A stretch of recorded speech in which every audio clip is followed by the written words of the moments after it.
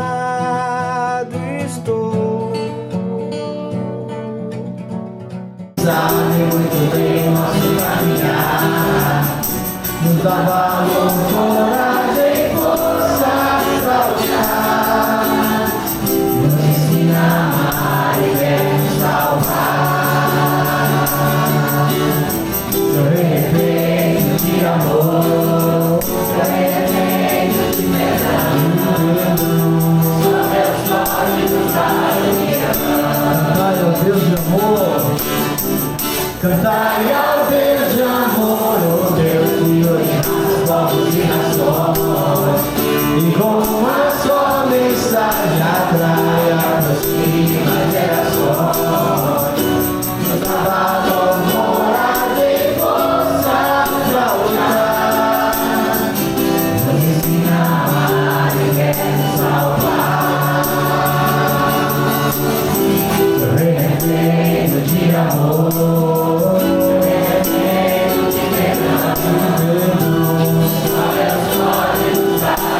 Cantai ao Deus eterno, somente a Ele.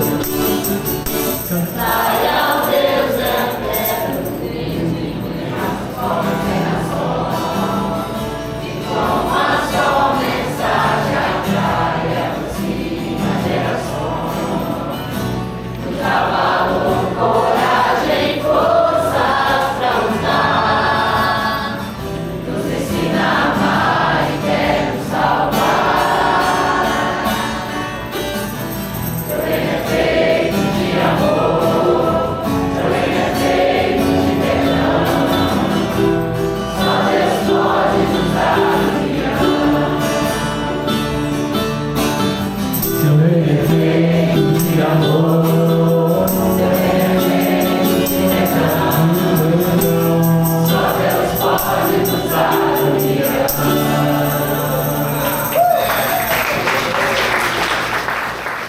Fala para os discípulos e a todos os povos do mundo. Aquele já tinha vencido o mundo, estava feito, era só curtir.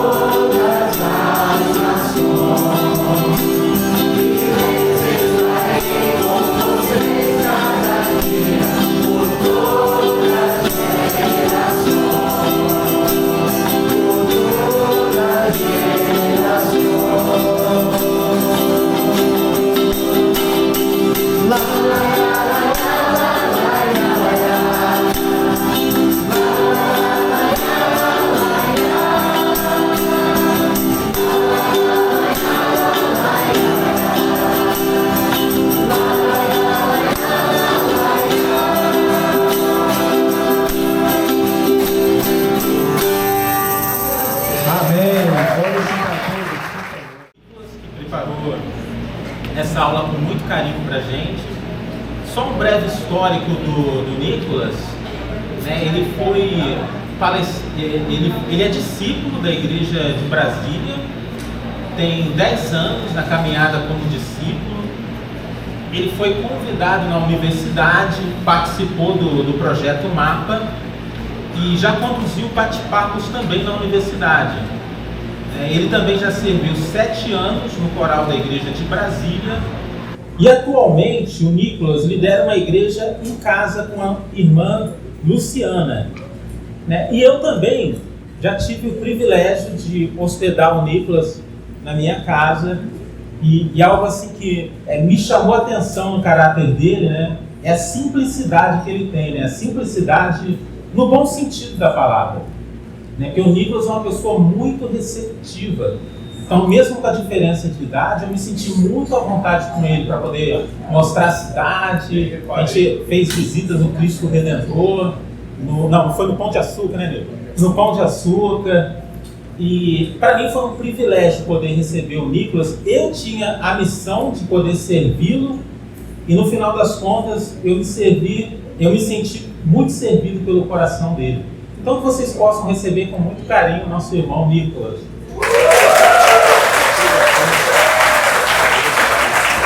Muito obrigado. Nossa. Então eu preparei algo relacionado ao trabalho. Eu li esse livro, não sei quem conhece, Como Integrar Fé e Trabalho, do Timothy Keller. Obrigado. E eu achei algumas lições muito valiosas que eu queria compartilhar com vocês.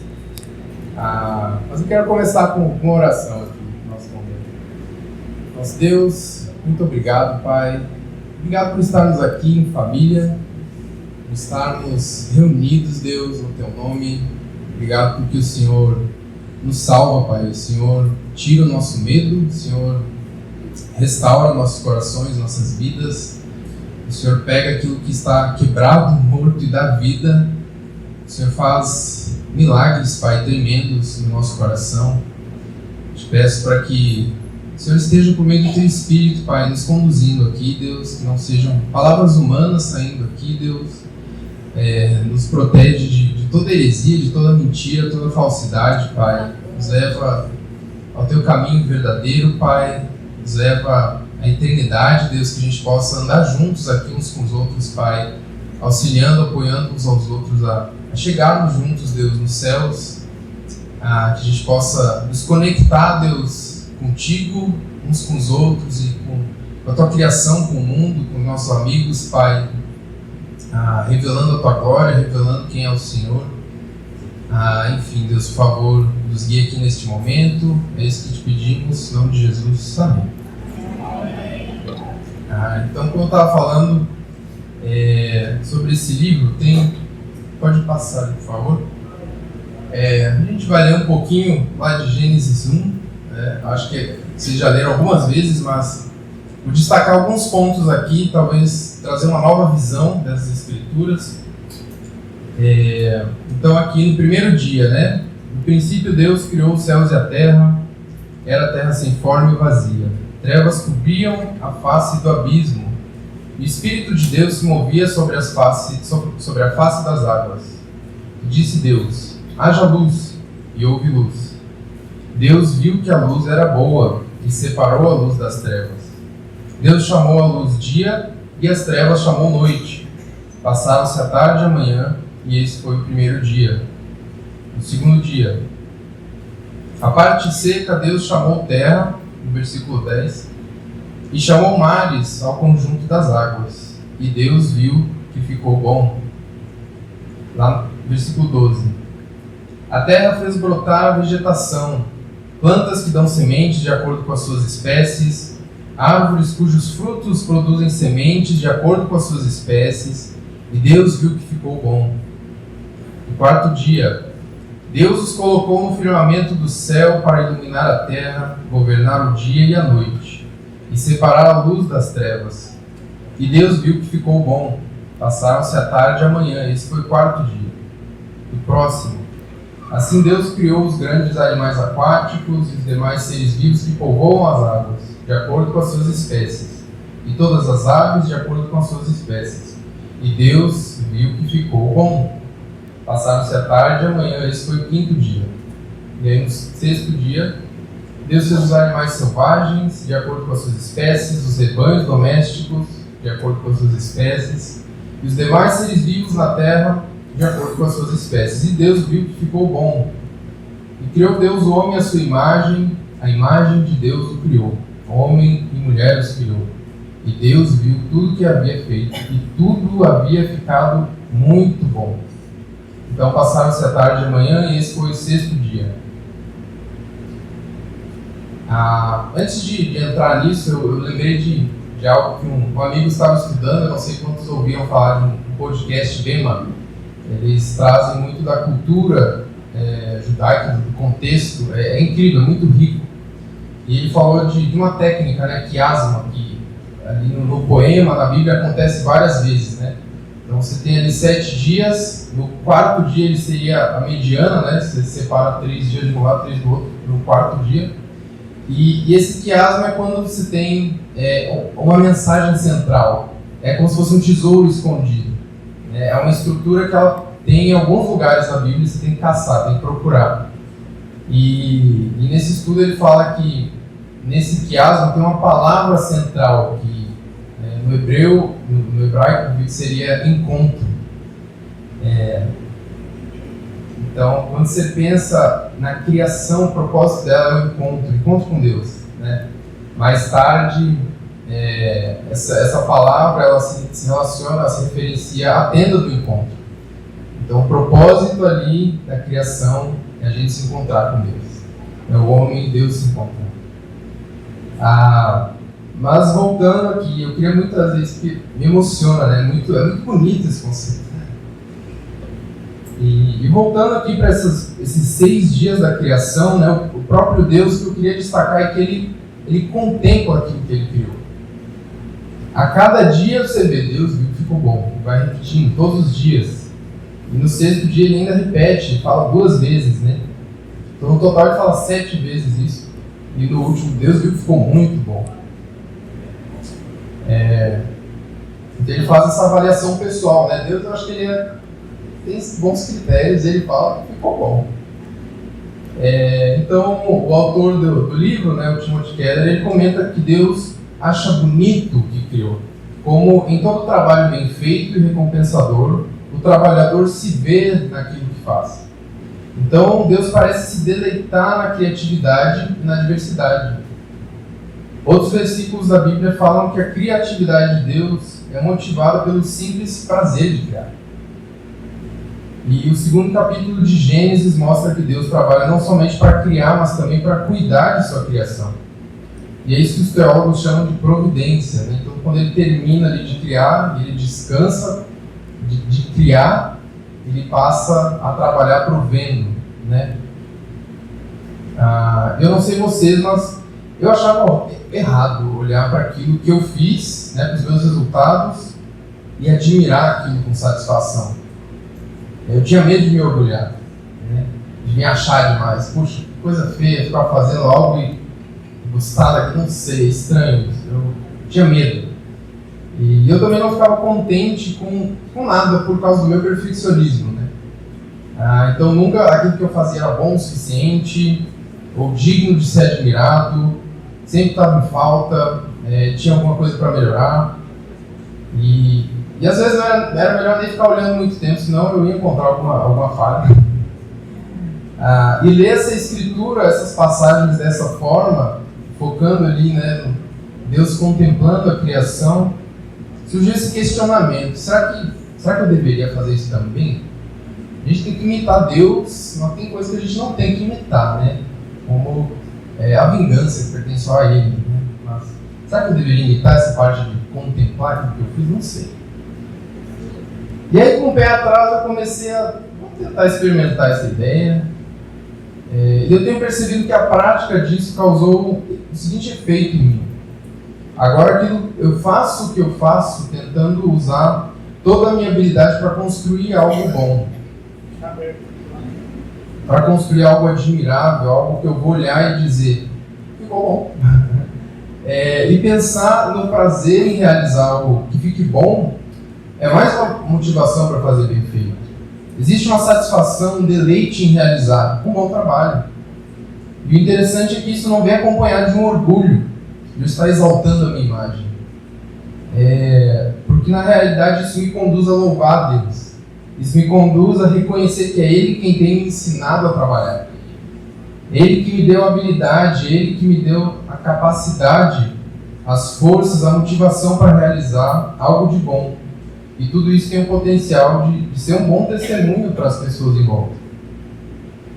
É claro que nem tudo é tão bonito assim, né?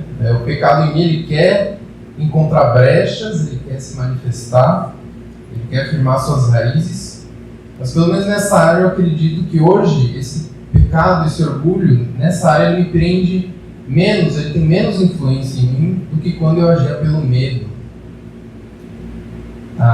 E pensando nessa obra de Deus, o que ele estava fazendo, afinal de contas, quando ele criou o mundo, né, nas passagens que a gente leu? Ele estava trabalhando, né? Então Deus trabalhou e como o próprio Jesus diz, meu Pai trabalha até agora e eu também trabalho, em João 5,17. E Deus cessou o trabalho de criar, né, e passou a trabalhar para prover, como eu falei mais cedo. Então eu estou trazendo isso para mostrar que o trabalho é algo bom, ele gera bons frutos e que o próprio Deus trabalha. No próximo slide, fala que o trabalho ele não surgiu depois da queda. Então ele não é em si mesmo um castigo. Trabalhar não é um castigo. No próximo slide, né, citando o livro, ele diz o seguinte: no princípio, então, Deus trabalhou. O trabalho não é um mal necessário. A gente ouve isso muito, né? Então o trabalho não é um mal necessário que adentrou o cenário mais tarde, ou algo que foi criado para os seres humanos fazerem, mas que está debaixo da dignidade do poderoso Deus. Não, o trabalho não está abaixo de Deus, o próprio Deus trabalha. Então ele trabalhou por puro prazer e alegria. O trabalho não poderia ter tido um início mais glorioso do que esse. Isso vai contra o que o mundo prega, né? E a gente às vezes pega para nós mesmos, né, essa cultura. Outro dia no trabalho eu ouvi um comentário assim, acho que o meu chefe perguntou ali na área numa área comum ali, né? Perguntou, como é que você está? Era uma segunda-feira, e uma das pessoas respondeu, como que alguém pode estar bem na segunda-feira? Então essa é a visão do mundo, né? Poxa, vive esperando chegar a sexta, né? Sextou, vive esperando sábado, vive esperando domingo para descansar, vive esperando as férias e nunca vive, né? E quando termina as férias, tem aquela tristeza, poxa, chegou a segunda. E Deus não quer que a gente viva assim. Ele quer redimir essa visão, ele quer que a gente tenha uma vida plena na segunda-feira, 5 da manhã, 6, 7, 8, até o fim do dia. Eu sei que não é fácil, mas é uma mudança de mentalidade que pelo menos acreditar nisso, né? Destruir essas mentiras que o mundo conta e passar a acreditar nisso já é um começo. E o livro de Gênesis ele apresenta uma verdade surpreendente, né? O trabalho fazia parte do paraíso. Ele é parte da bênção do jardim de Deus. Então, vamos lembrar lá no início, como era o trabalho humano no início, né? A gente vai precisar fazer um exercício um pouquinho difícil, que é imaginar o paraíso, né? Um mundo sem pecado, sem defeitos. A gente está tão acostumado aos traumas que tivemos nesse mundo, tão acostumado às ansiedades, às aflições, acostumado à falta de valorização, à humilhação, aos pedidos para praticar injustiça ou mentira. Né? Estamos acostumados aos problemas e é preciso de um esforço consciente para imaginar como que era o trabalho no início. E na próxima slide diz, em Gênesis 2,15, o Senhor Deus colocou o homem no jardim do Éden para cuidar dele e cultivá-lo. Ou, em outras versões dizem que o homem foi colocado no jardim para mantê-lo, para manter o jardim, ou para guardar para zelar, para trabalhar nele, para vestir ou arranjar o jardim, muito poético, para dedicar atenção a ele.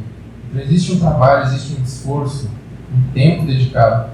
E todas as palavras nos ajudam a ter uma ideia de como o trabalho, como era o trabalho, antes de haver pecados ou civilização. No próximo slide fala que, embora tudo o que Deus fez fosse bom, ainda havia muito a ser desenvolvido. Deus deixou a criação com um grande potencial inexplorado para o cultivo que as pessoas teriam de desenvolver por meio do seu trabalho. E aqui eu queria também, no próximo slide, destacar esse ponto aqui, esse termo, trabalho secular, que é ruim, não gosto, pode passar. Secular, alguns dicionários eles definem assim, né, que secular é algo não religioso, né, que não é relativo à igreja, é civil, mundano, profano, temporal, que não diz respeito aos dogmas da igreja, ou então é uma pessoa que não se enquadra a uma ordem religiosa. Agora, de tudo isso que a gente já viu até aqui, sobre o trabalho, será que se encaixa? Não faz sentido esse conceito de trabalho secular. O próprio Deus começou no paraíso do trabalho, o próprio Deus ordenou o trabalho. E outro conceito muito estranho também é um termo que a gente usa no português, eu procurei, tem no espanhol também, mas não tem no inglês, que é dia útil. Dia útil. Então, o que são os outros dias?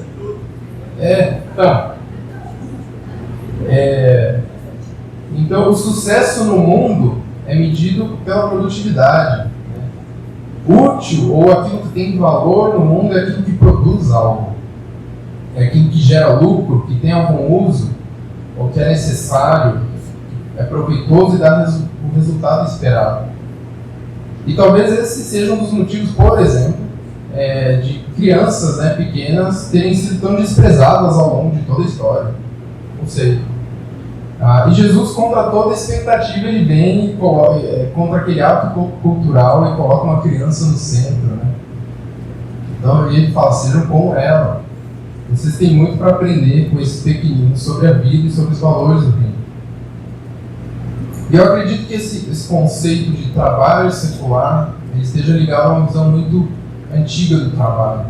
Né? E aqui eu vou trazer mais uns trechos do livro, que diz o seguinte: Lutero, Calvino e outros reformadores anunciaram sua doutrina de trabalho em contraste com a da Igreja Católica medieval. Para os medievais, o trabalho humano era necessário para a aquisição de bens passageiros nessa vida, mas de pouca utilidade para a aquisição de bens eternos na vida futura. Portanto, o trabalho era uma questão periférica. Só que se for parar para pensar, a gente trabalha ou estuda em média 6 ou 8 horas por dia, talvez, fora o tempo que a gente se prepara para trabalhar, né, ou para uma aula. Então você imagina alguém que dorme, né, que consegue dormir 8 horas por dia, só o trabalho, né, durante a semana, no dia de semana, ele representa a metade do tempo que você está acordado, né, a metade do tempo que você está em atividade. É claro que além disso tem alguns preparos, né, para se trabalhar, os estudos, especializações, cursos, certificados, para sermos melhores trabalhadores ou estudantes. E sem contar que tem mais coisas envolvidas no trabalho, né? O tempo que a gente gasta vestindo, locomoção, necessidade básica, enfim. Almoçar, tudo isso para a gente continuar trabalhando ou continuar estudando. No fim das contas, essas 8 horas podem se estender consideravelmente. E talvez muitos de nós vamos passar, sei lá, mais da metade da nossa vida ativa, né, estando envolvidos com algum tipo de trabalho. Não sei. Então, é difícil pensar que o trabalho é algo periférico, né? Dedicamos muito tempo a ele desde o princípio da criação. A gente deu ali 6 dias de trabalho, 1 dia de descanso, né? Então, é um tempo considerável. Mas se o trabalho, então, tem aquele significado negativo, né, de ser algo mundano, secular, simplesmente temporal, um mal necessário, quais impactos isso pode gerar na nossa fé? E que impactos psicológicos, espirituais podemos sofrer se não tivermos uma visão mais completa, mais redimida do significado do trabalho? E as consequências daquela visão medieval do trabalho, elas são graves, como falta de significado na vida, crise existencial, crise de identidade, ansiedade, fragmentação, compartimentalização da fé. Isso é grave. Claro que outras coisas geram isso também, né? Mas no próximo slide, o livro fala que, para os reformadores, no entanto, o trabalho humano estava no centro do propósito de Deus para a vida humana. Os calvinistas, por exemplo, viam o trabalho como um meio de continuar a obra criadora de Deus, de edificar uma cultura que o honrasse. Os luteranos viam o trabalho como um instrumento da obra providencial de Deus de cuidar da criação.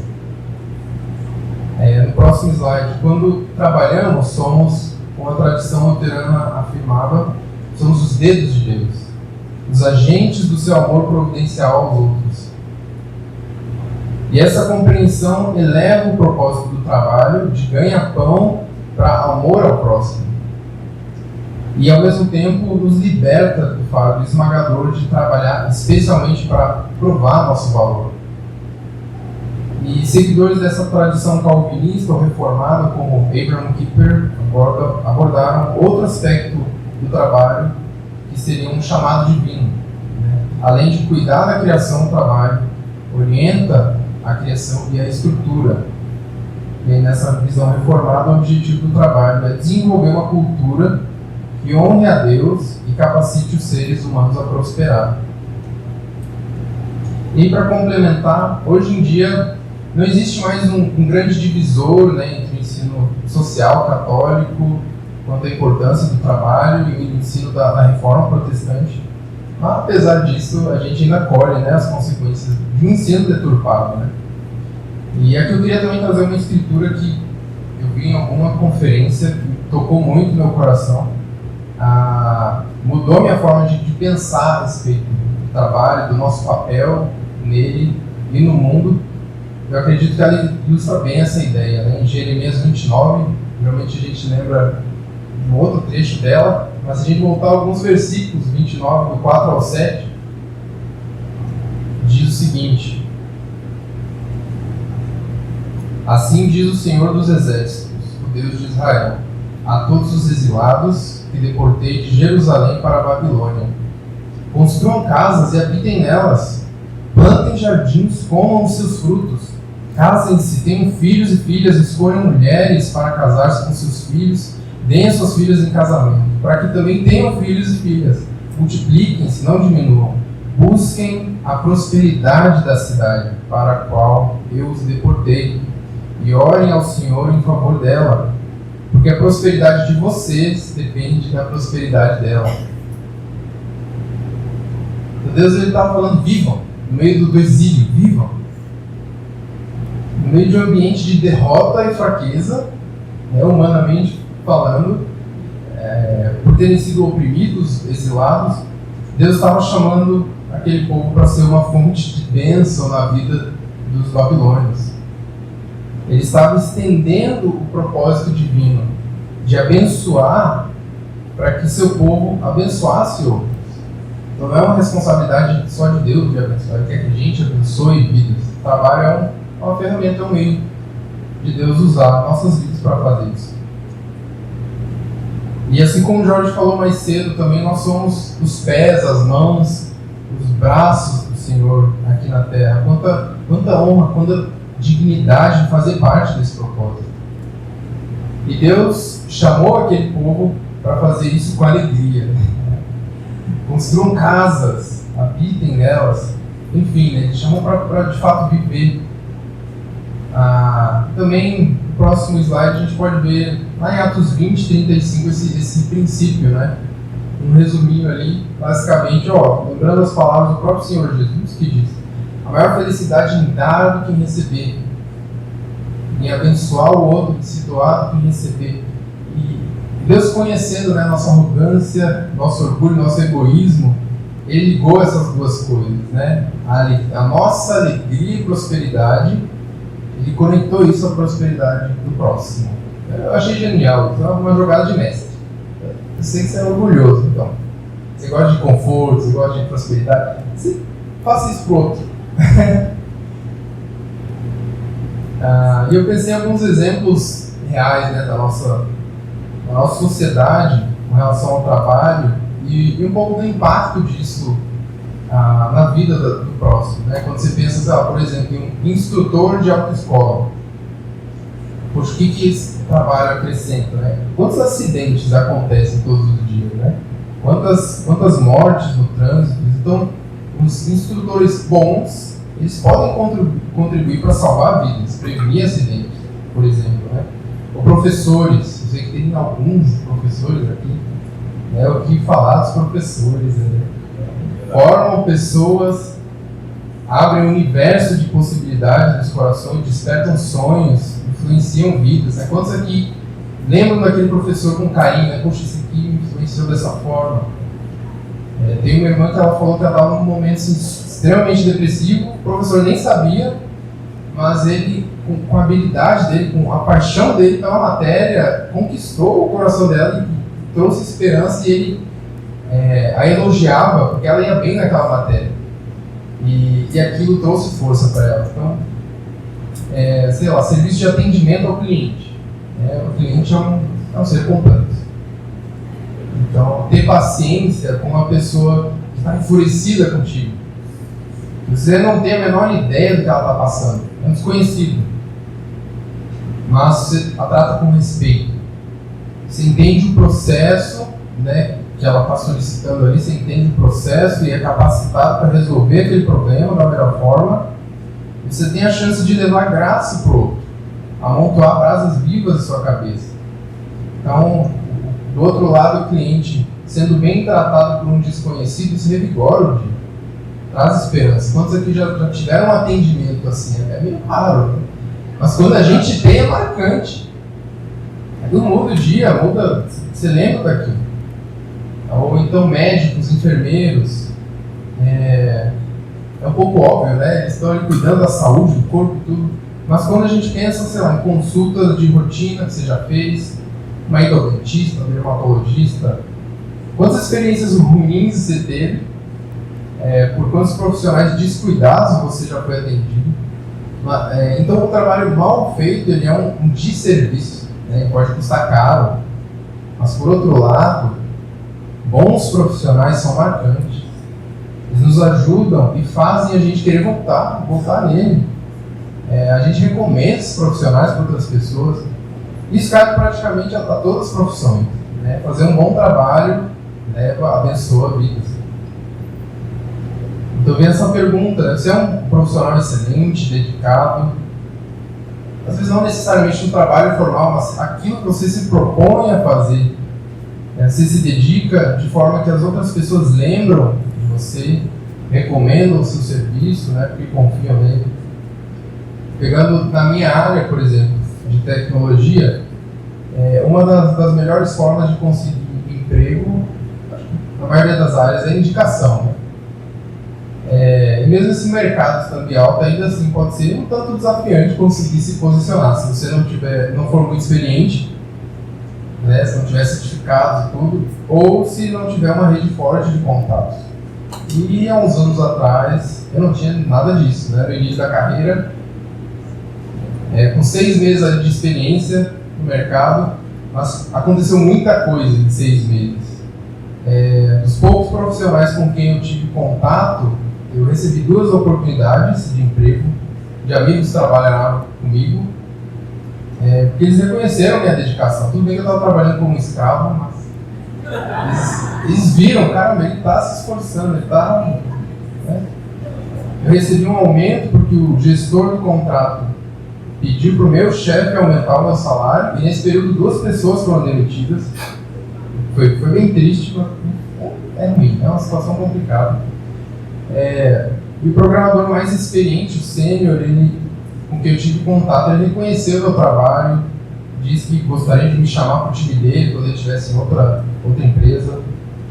E também nesse período eu migrei para uma área dentro da mesma empresa que eu estava, porque eu o meu chefe ele sabia da minha dedicação e ficou com medo de me perder quando eu expressei esse desejo, né? Por essa mudança. Eu não estou falando isso aqui para me exaltar.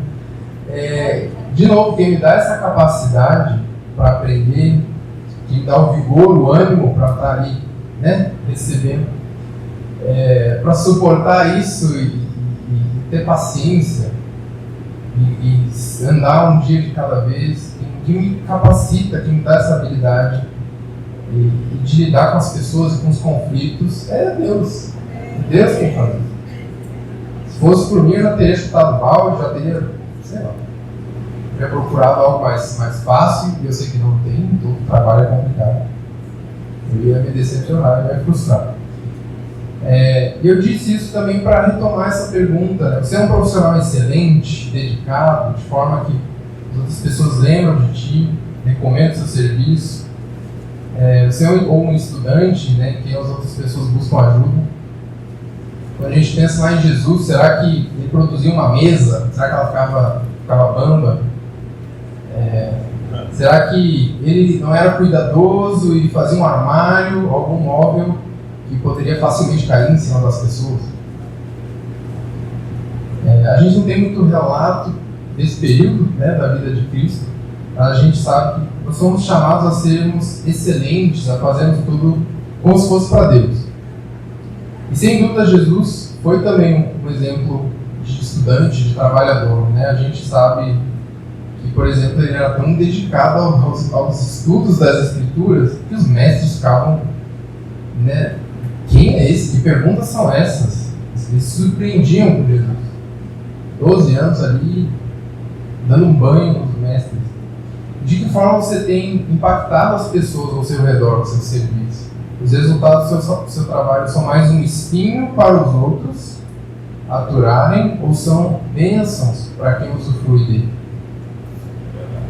Né? Para você fazer com habilidade e dedicação. Em Colossenses 3, 23 e 24, a gente conhece nessa passagem: tudo que fizerem, façam de todo o coração, como para o Senhor e não para os homens, sabendo que receberão do Senhor a recompensa da herança.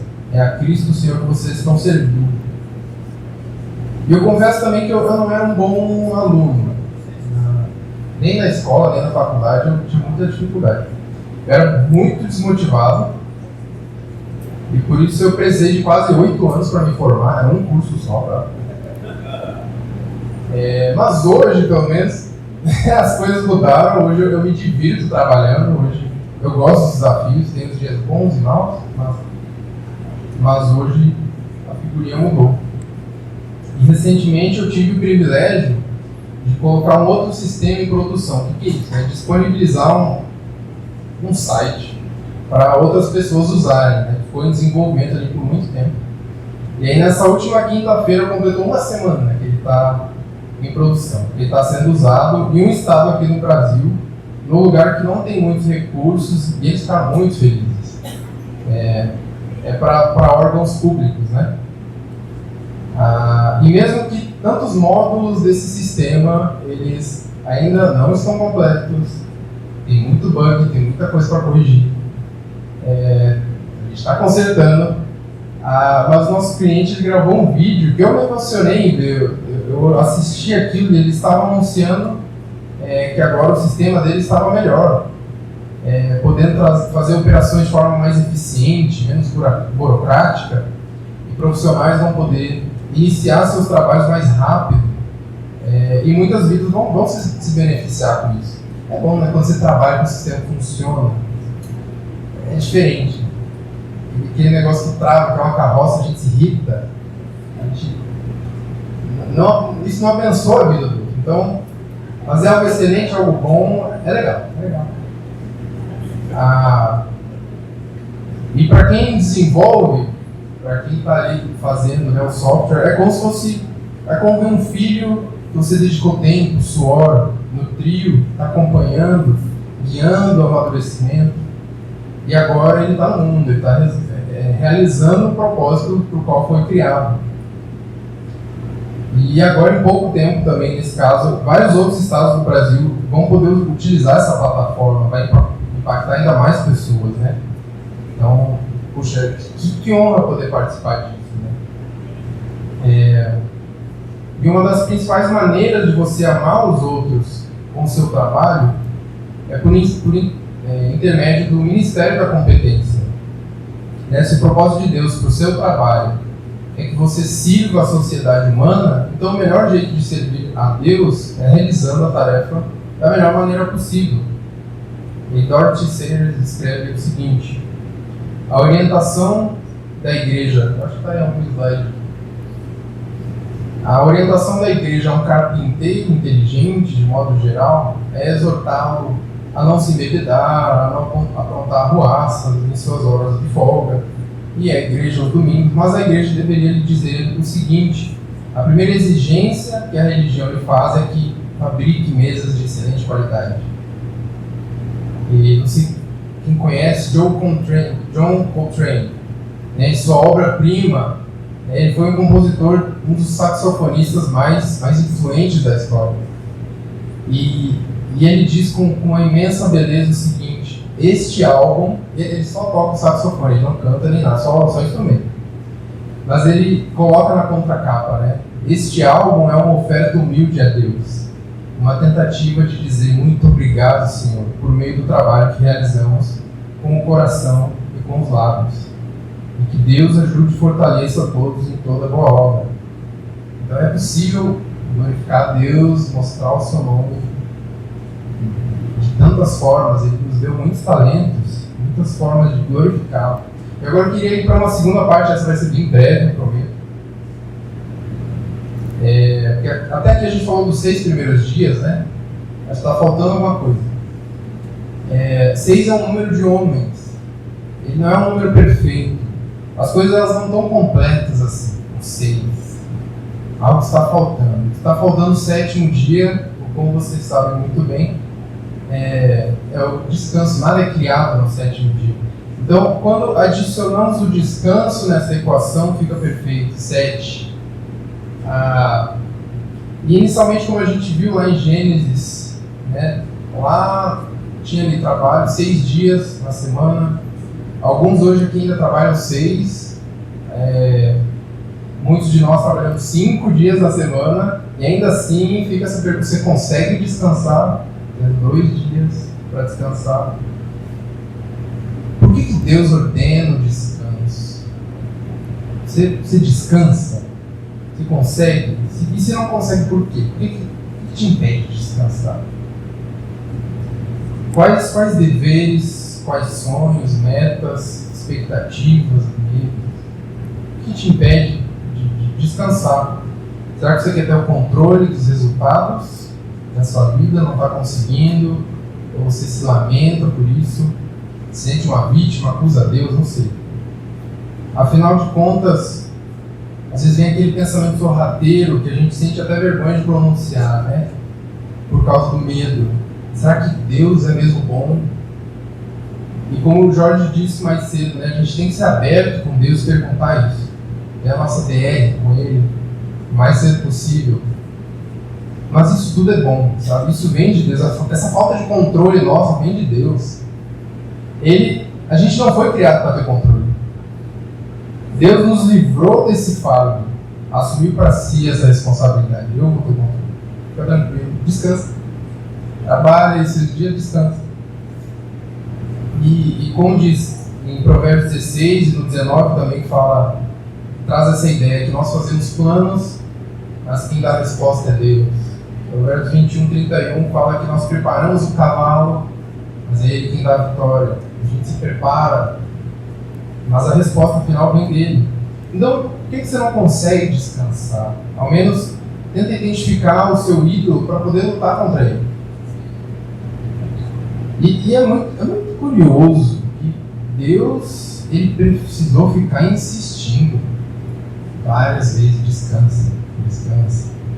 Vocês entenderam? Descansem. Eu criei vocês, eu sei o que eu estou falando. Descansem. Por que ele precisa mandar descansar? Quanta teimosia para fazer uma coisa boa, né? E por que a gente pode descansar? Quem pode descansar, né? O descanso, ele é um ato de fé. Amém. Ele não é um ato de preguiça, de desleixo, é um ato de confiança. É uma atitude que demonstra desapego do mundo. Desapego com as preocupações do mundo. É uma atitude de desfrutar das bênçãos de Deus. Nunca está ali mais, nunca está satisfeito, nunca é o suficiente. No descanso você fala, chega. Obrigado, se Deus quiser vai me dar mais, eu vou atrás de mais, mas agora eu preciso só agradecer pelo meu tempo. E é mais do que o suficiente, está ótimo. Então o descanso é uma atitude de desfrutar essas bênçãos. Então, baseado nessas realidades, o Senhor me formou e conhece melhor do que eu mesmo, me conhece melhor do que eu mesmo, por isso eu vou descansar. É isso que Ele me ensina, então eu vou fazer. Deus sabe que precisamos de descanso, por isso Ele fez o sábado para nós, como diz em Marcos 2,27. Não é para o nosso mal, não é. Ele nos criou e falou: o homem precisa descansar. E Ele fez para a gente o sábado, ou o descanso, né? Ele quer que eu descanse confiando em Sua providência, confiando que Ele é bom e está cuidando de mim. Por isso é um ato de fé.